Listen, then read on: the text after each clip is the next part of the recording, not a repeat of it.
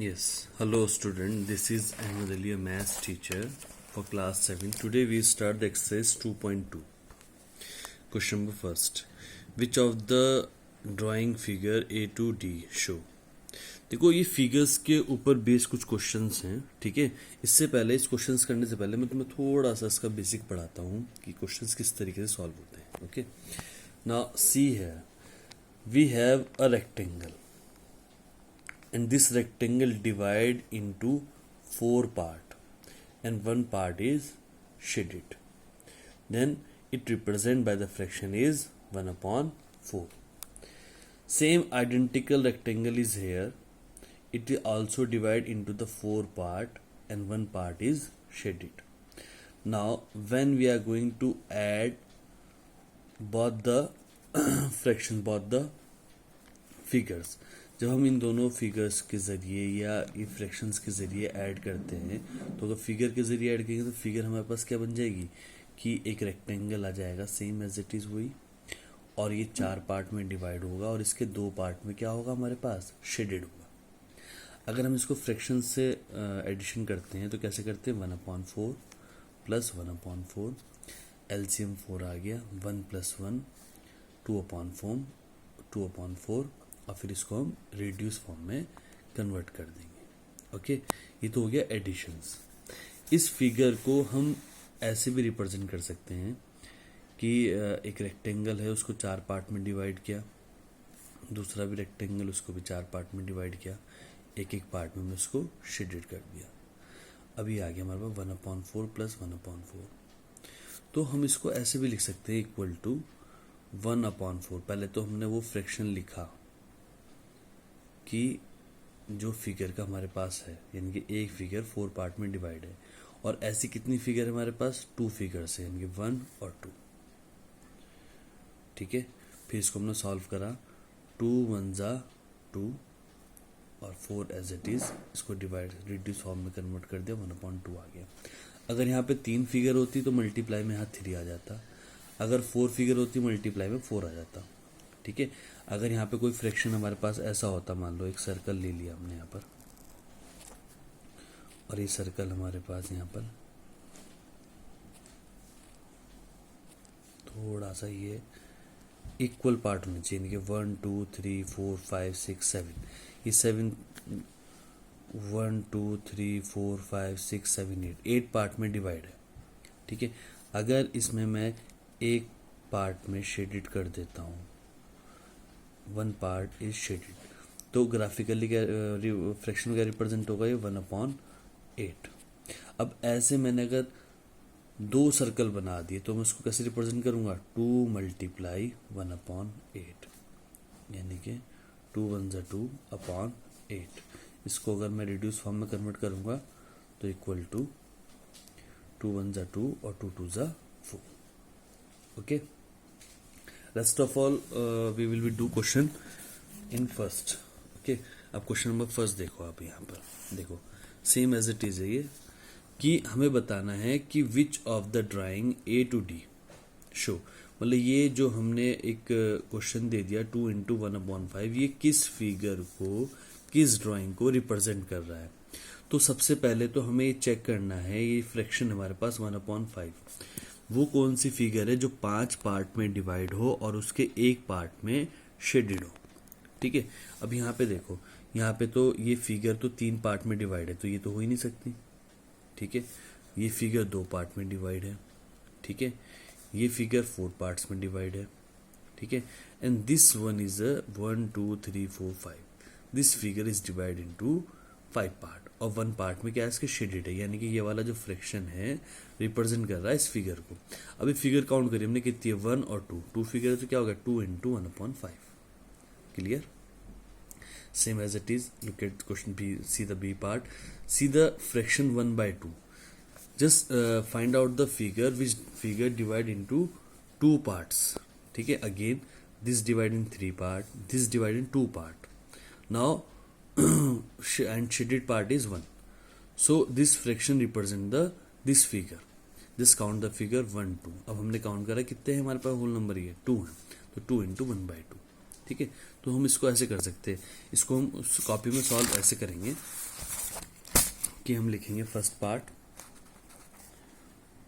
2 into 1/5, ठीक है। और अभी किसका है, डी है, डी, इसका आंसर डी है। और ये फिगर भी बनाएंगे यहाँ पर ऐसे,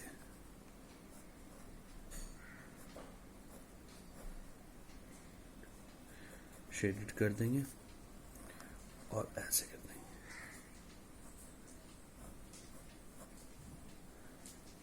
ओके, ठीक है। Rest of part do yourself, okay. Now see the question number second. This also question is same as above, okay. इसमें आपको इक्वल टू में भी दे दिया कि उसका आंसर एक्चुअली में क्या आ रहा है, ठीक है। एक चीज याद रखना कि अगर हम किसी भी फ्रैक्शन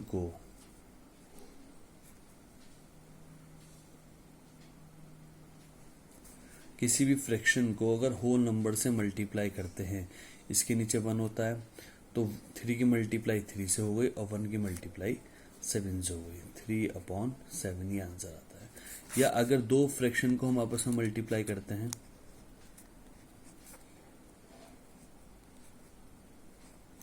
तो बहुत सिंपल सी बात, न्यूमरेटर की मल्टीप्लाई न्यूमरेटर से 6 एंड डिनोमिनेटर की मल्टीप्लाई डिनोमिनेटर से 35। तो ये रूल भी बन जाता है मल्टीप्लिकेशन ऑफ फ्रैक्शंस का, क्या होता है, product of numerator divide by product of denominator, okay. Now same as it is, you are given this relationship of the fraction and just find out the which picture is going to represent. Now just find out which fraction represent by 1/5, कौन सी figure इस fraction को represent करती है। अब देखो ये figure देखिए हमने 3 पार्ट में डिवाइड है, 1 2 3, ये 1 2 3 4 4 पार्ट्स में डिवाइड है। ये फिगर देखो 1 2 3 4 5 पार्ट्स में डिवाइड है। अब कितने हमारे पास, 1 2 3, तो 3 into 1/5, same as it is. जब हम इन सबको ऐड कर देंगे, देखो 1/5 प्लस 1/5 प्लस 1/5, अगर हम इसको सॉल्व करें यहाँ पर 1/5 plus 1/5 plus 1/5 as it is, 5 LCM आ गया, 1 प्लस 1 प्लस 1 इक्वल टू 3/5, ठीक है। या ऐसे भी कह सकते हैं, क्या फ्रैक्शन हमारे पास 1/5 कितने हैं, 1 2 3, तो 3 आ गया इंटू 3। सेम मल्टीप्लाई कर दो न्यूमरेटर से न्यूमरेटर की, 3 1 3/5, clear. Now see the question number 3rd. sorry. Multiply and the reduce to the lowest form and convert into the mixed fraction. आपको सबसे पहले तो उसको मल्टीप्लाई करना है, और अगर ये रिड्यूस फॉर्म में कन्वर्ट हो सकता है इसको रिड्यूस फॉर्म में करना है, और फिर उसके बाद उसको आपको मिक्स फ्रैक्शन में कन्वर्ट करना है। बहुत सिंपल, मैं एक पार्ट कर रहा हूँ, बाकी पार्ट अब अपना आप करना, ठीक है। अगर कोई प्रॉब्लम मुझसे पूछ लेना, ठीक है। देखो 7 into 3/5, same as it is, this fraction is going to multiply by the whole number as we know that the first of all numerator multiply numerator, 7 3 21 और 5 1 5। अब इसको रिड्यूस फॉर्म में कन्वर्ट करो। रिड्यूस फॉर्म में क्या होता है कि जब तक कि इसका कोई भी कॉमन फैक्टर ना रहे, ठीक है। अब इसका कोई कॉमन फैक्टर नहीं है 1 के अलावा, तो ये रिड्यूस फॉर्म में कन्वर्ट नहीं होगा। सेम एज इट इज, अब इसको मिक्स फ्रैक्शन में हम कन्वर्ट कर देंगे। मिक्स फ्रैक्शन में कन्वर्ट करना मैंने आपको पहले भी बताया था, 21 और 5, 5 4 20 और 1 आ गया, ठीक है। अब हम इसको मिक्स फ्रैक्शन में कन्वर्ट करते हैं। यहाँ पे कितना हो जाएगा हमारे पास, 4 यहाँ पर आ जाएगा और 5 डिनोमिनेटर में चला जाएगा और 1 न्यूमरेटर में, तो 4 whole 1/5, same as it is. Just do yourself all question. I will be do a 1 part also, 8 part. See the 8 part. 20 into 4/5. Same as it is. First of all, we are going to multiply numerator by numerator. That is 20 into 4/5. 4 2s are 80/5. Okay, now just convert into the reduced form. सबसे पहले इसको reduce form में convert करो। 5 1 जा 5, 5 6 जा 30, ये इसका answer है। फ्रैक्शन में अगर इसको दिखाना है तो ये नीचे 1 है, यहाँ पर ये मिक्स फ्रैक्शन में कन्वर्ट नहीं होगा। ओके, होल नंबर इसका आंसर आ गया एक्चुअली में।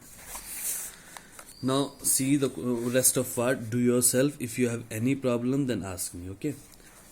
See the question number 4. 1/2 of a shade 1/2 of a circle in a box.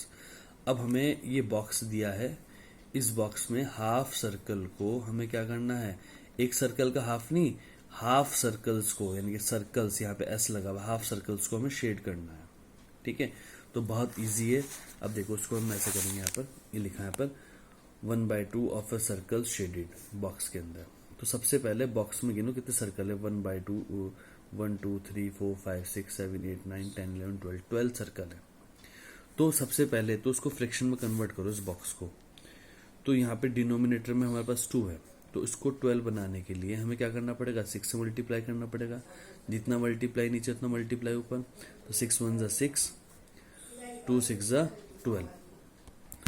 Okay, now 6 1 जा 6, 2 6 जा 12 ना। अब हमें जो न्यूमरेटर में है यानी कि 6 सर्कल्स को हमें क्या करना है, शेड करना है। तो हम उसको ऐसे शेड कर देंगे।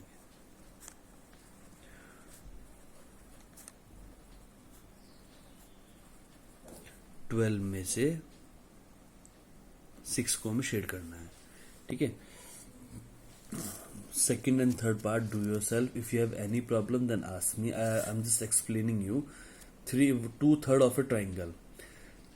ट्राइंगल कितने हुआ, 1 2 3 4 5 6 7 8 9 9 है। तो उसको पहले डिनोमिनेटर में 9 बनाओ। तो हम क्या करेंगे, 3 से नीचे मल्टीप्लाई कर देंगे, 3 से नीचे 3 से ऊपर। तो 3 2 जा 6। तो कितना आ जाएगा हमारे पास, एक तरीके से आ जाएगा हमारे पास 2/3 इंटू 3 इंटू 3 6/9। तो 6 ट्राइंगल्स में हम क्या करेंगे, शेड करेंगे। Okay, now see the question number 5। Question number 5 A 1/2 of first 1/2 of find, हमें निकालना है इसको सिंपल। 1/2 ऑफ, पहले 24 के लिए फिर 46 के लिए। ऑफ का मीनिंग क्या होता है, ऑफ होता है बोर्ड मास में जो होता था, बोर्ड मास में जो ओ होता था यही ऑफ है। और ये क्या रिप्रेजेंट करता है, मल्टीप्लिकेशन रिप्रेजेंट करता है। ठीक है, ऑफ का मतलब क्या होता है, मल्टीप्लाई ही होता है। ठीक है, ऑफ का ऑफ हटा के हम क्या लगाए थे, मल्टीप्लाई। सेम देखो 1/2 ऑफ 24, जैसे ये ऑफ हटाया हमने क्या लगा दिया, मल्टीप्लाई लगा दिया। सेम एज इट इज, फिर न्यूमरेटर की मल्टीप्लाई न्यूमरेटर से 24 1 जा 24, डिनोमिनेटर में 2, इसको हमने कैंसिल कर दिया। कितना आंसर आ गया हमारे पास, 12 आ गया। ठीक है, सेम इसका बी पार्ट देखो 1/2 ऑफ 46, ऑफ हटाया तो कितना आ गया, मल्टीप्लाई आ गया 1/2 इंटू 46। तो 46 1 जा 46 अपॉन 2, उसको डिवाइड करा 23 आ गया। ठीक है, rest of part do your self. Okay.